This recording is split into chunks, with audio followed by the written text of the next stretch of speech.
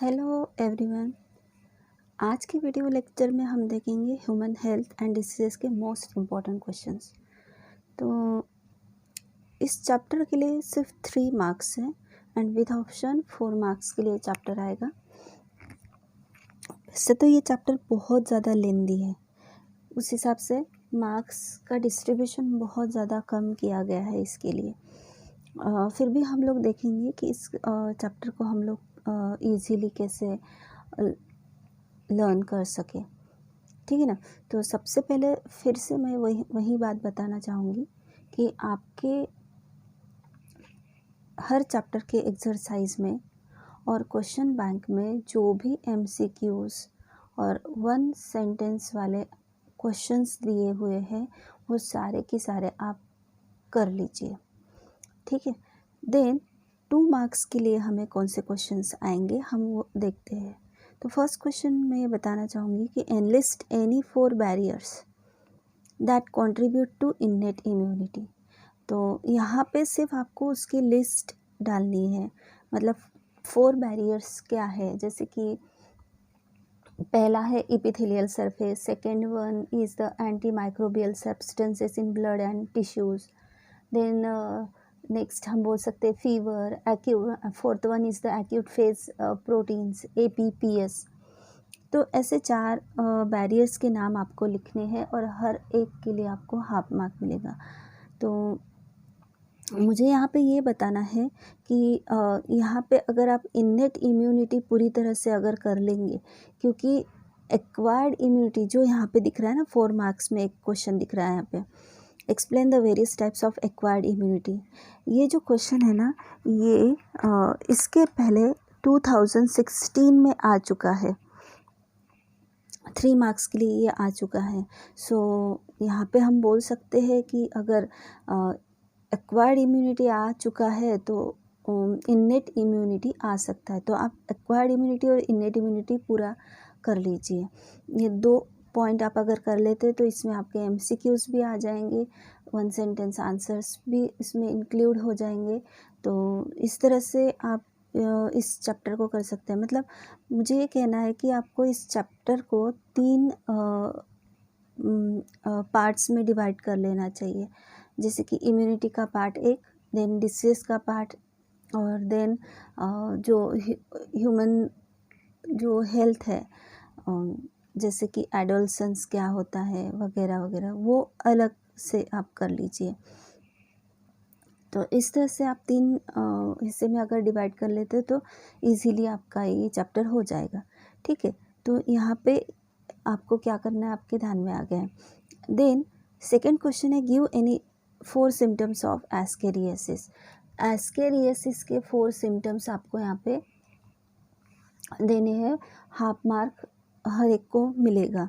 तो मुझे ये कहना है कि एस्केरियासिस, ऐसे बहुत सारे डिसीज़ इसमें दिए गए हैं, फॉर एग्जांपल कि एड्स है, निमोनिया, फाइलेरियासिस, टाइफॉइड, बहुत सारे डिसीज़ इसमें दिए गए।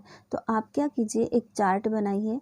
पहले चार्ट में आप डिसीज़ के नाम लिखिए, दूसरे चार्ट में आप उसके कॉजेटिव एजेंट लिखिए, मतलब किस बैक्टीरिया या वायरस या फिर फ्लैट वर्म है या राउंड वर्म है, किसके वजह से ये डिसीज़ होता है वो लिख लीजिए। अगर वेक्टर है तो तीसरे कॉलम में वेक्टर लिख लीजिए कि किसके थ्रू ये डिसीज़ स्प्रेड होता है, ठीक है ना। और उसके बाद आप 3-4 सिम्टम्स लिख लीजिए नेक्स्ट कॉलम में। सिम्टम्स के बाद आप लिख लीजिए कि इसके लिए जो ड्रग्स यूज़ किए जाते हैं। सिम्टम्स के बाद में इसमें डायग्नोसिस और ट्रीटमेंट में कौन से ड्रग्स यूज़ किए जाते हैं या फिर कौन सी टेस्ट यूज़ की जाती है, क्योंकि टेस्ट कौन सी है, ड्रग्स कौन सी यूज़ किए जाते हैं, इस पे MCQs पूछे जा सकते हैं। और लास्ट में प्रिवेंशन एंड कंट्रोल में 2-2 पॉइंट आप लिख सकते हैं, ठीक है, जिसके प्रिवेंशन एंड कंट्रोल ज़्यादा है, जैसे कि कैंसर के हो सकते हैं, तो उसमें आप 4 थेरेपीज़ वहाँ पे लिख सकते हैं, ठीक है ना। मतलब आपके क्वेश्चन बैंक में एक क्वेश्चन भी दिया हुआ है, enlist any 4 therapies use to treat a cancer. मतलब 4 थेरेपीज़ कैंसर के ट्रीटमेंट के लिए जो यूज़ की जाती है उसकी लिस्ट बनाइए। तो इस तरह से आपको प्रिपरेशन करना है शॉर्ट में। मतलब एक अगर आप चार्ट बना लेते हो तो हार्डली आपको ये चार्ट बनाने के लिए थोड़ा 1 दिन लग जाएगा, लेकिन इसके बाद आप वो पूरा चार्ट 10 मिनट में कर लेंगे, ठीक है ना। तो इस तरह से नेक्स्ट क्वेश्चन होगा sketch and label structure of antibody. Antibody तो इम्पॉर्टेंट है, ये ध्यान में रखना।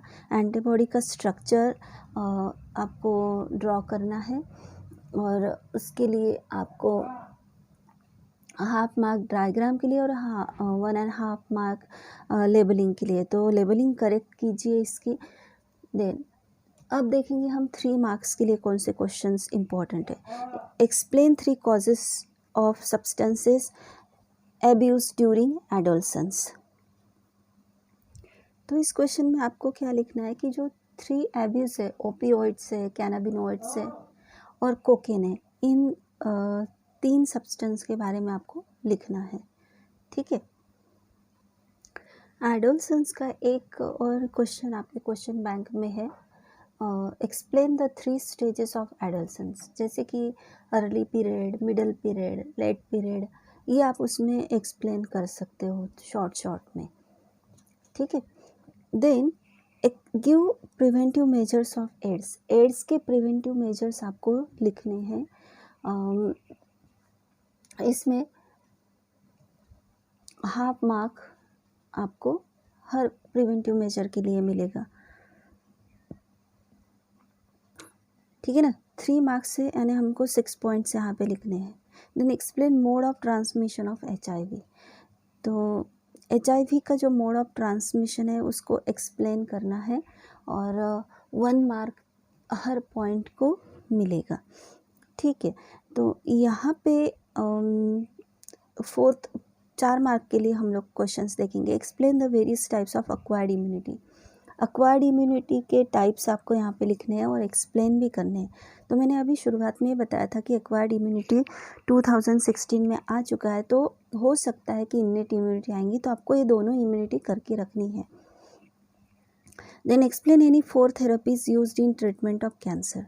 कैंसर के ट्रीटमेंट में जो 4 थेरेपीज